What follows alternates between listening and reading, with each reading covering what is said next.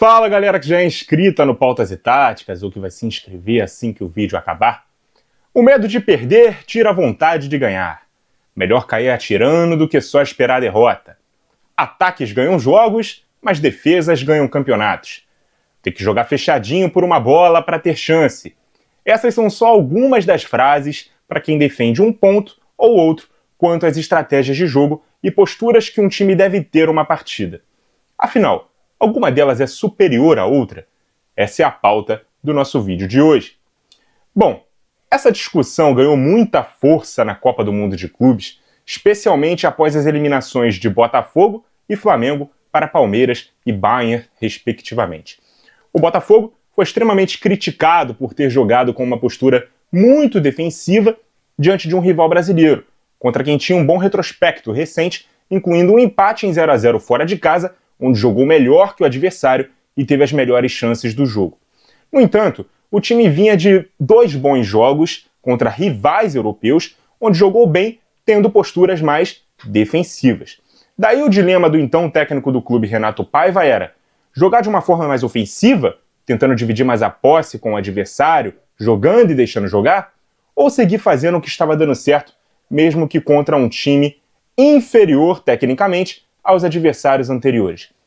Ele optou pela segunda opção, talvez imaginando que se conseguiu segurar times do quilate de PSG, atual campeão europeu, e Atlético de Madrid, que precisava de 3 gols e só conseguiu 1 no minuto 87, e dentro desses jogos também teve suas chances de atacar, contra o Palmeiras o trabalho defensivo seria menos intenso e as chances ofensivas seriam até maiores, jogando da mesma forma.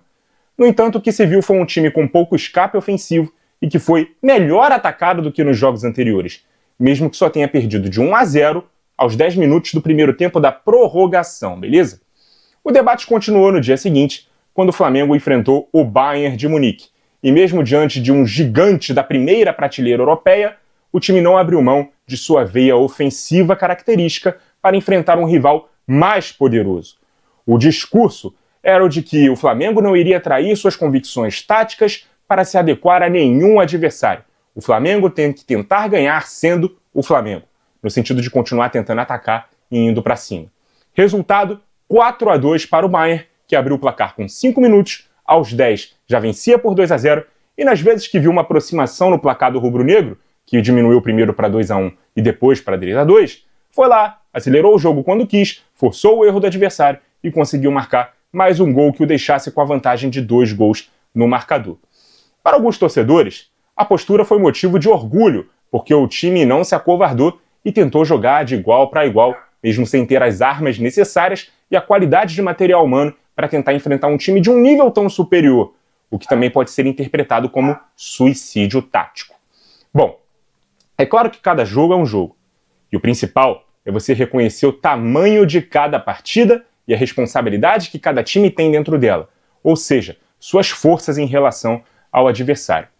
Ao entender que um time é mais forte que o seu, é normal que você adote uma postura mais defensiva para sobreviver no jogo e atuar por uma bola. Foi o que o Botafogo fez, por exemplo, contra o PSG e conseguiu vencer por 1-0. Afinal, o time mais forte normalmente tem mais a bola, e em tempos de compactação, ter mais a bola e jogar ofensivamente significa correr mais riscos ao ter uma defesa mais adiantada. Esse é um dos ônus de se jogar ofensivamente. Sendo assim, o time que se propõe a atacar também se expõe aos contra-ataques, que apesar de raros, serão normalmente a forma que o time mais defensivo terá para atacar num jogo onde terá chances mais esporádicas. O que não dá é para tentar ter uma postura exclusivamente defensiva sem um plano para agredir o rival. O futebol se decide nas duas áreas. Não tomar gol ou tomar menos gols que o outro time é só uma parte de uma vitória. Não se ganha jogos sem construir chances. E esse é um ônus de se jogar tão defensivamente. É preciso ser o mais assertivo possível nas poucas chances que o time terá no jogo. Mas também é preciso criar essas chances, beleza? E aí entra aquele dilema. Devo me adaptar ao adversário, mudando minha própria forma de jogar, ou forçar que ele se adapte para me enfrentar? Bom, vamos lá.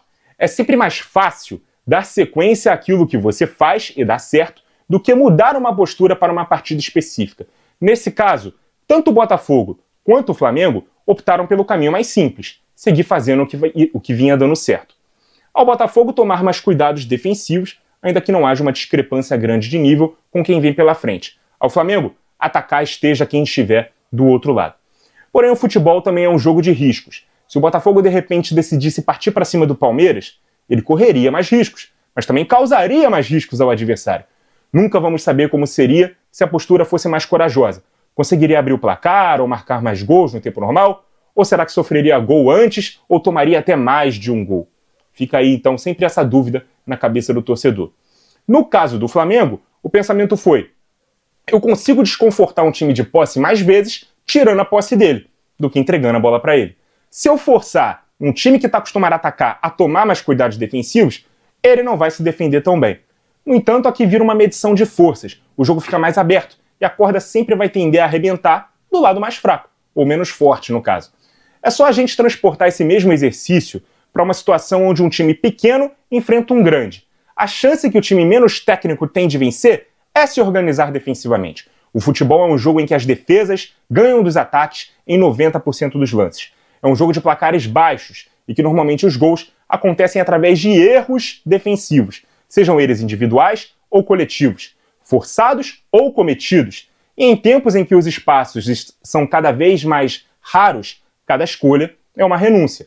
Toda vez que um time opta por jogar mais ofensivamente, ele vai ceder espaços, seja entre as linhas, se os setores não estiverem próximos uns dos outros, ou nas costas da defesa, já que quanto mais um time ataca, mais longe do gol seus defensores ficam. Foi muito comum nesse jogo entre Flamengo e Bayern vermos nos momentos de ataque do time bávaro os zagueiros Jonathan Tah e Dayot Upamecano se posicionarem além da linha que divide o meio-campo dentro do campo de ataque.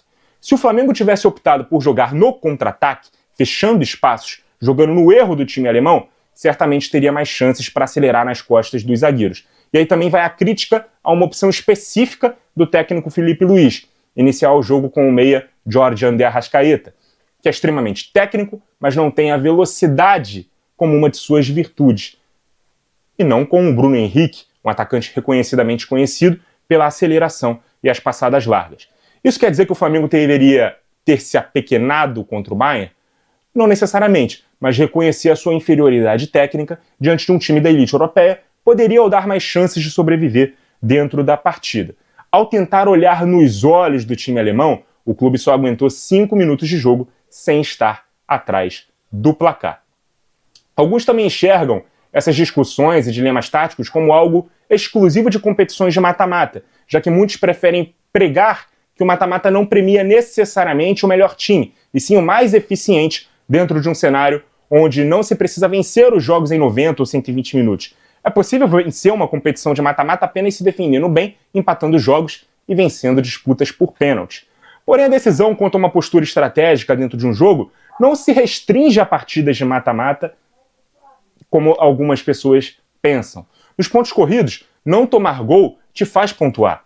Se você não tiver uma boa defesa, ainda que tenha um bom ataque, ainda poderá perder jogos.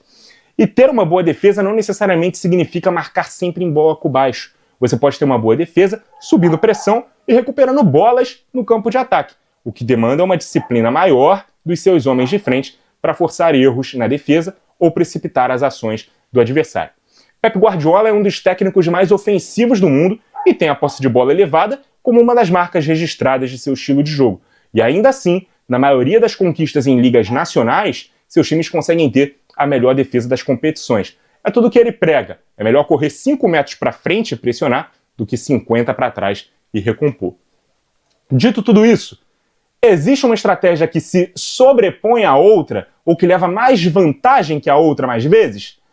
Isso depende do quão bem se aplica tal estratégia e se a estratégia escolhida extrai o melhor de seus jogadores. Não adianta ter uma defesa que se propõe a marcar em bloco baixo sem atacantes de velocidade para o contra-ataque. Não adianta se propor a atacar dentro do campo do adversário sem uma pressão pós-perda eficiente e uma defesa veloz para correr para trás. A única verdade absoluta é que cada postura tem seus ônus e seus bônus. E aqui estão alguns deles. Um time extremamente ofensivo tem como pontos positivos exercer pressão constante no adversário, obrigando o rival a se defender mais do que atacar, o que pode neutralizar a força ofensiva dele. Maior controle do jogo, já que times ofensivos geralmente têm mais posse de bola ditam o ritmo e impõem sua ideia, criar mais chances de gol, já que ter mais volume ofensivo tende a gerar muitas finalizações, rebotes e escanteios, além de se entreter mais a partir de uma identidade atrativa, encantando torcida, mídia, reforçando uma imagem positiva do time, já que é uma tendência involuntária de quem assiste, torce ou até analisa jogos, pensar que o time que jogou melhor é aquele que teve mais a bola e finalizou mais.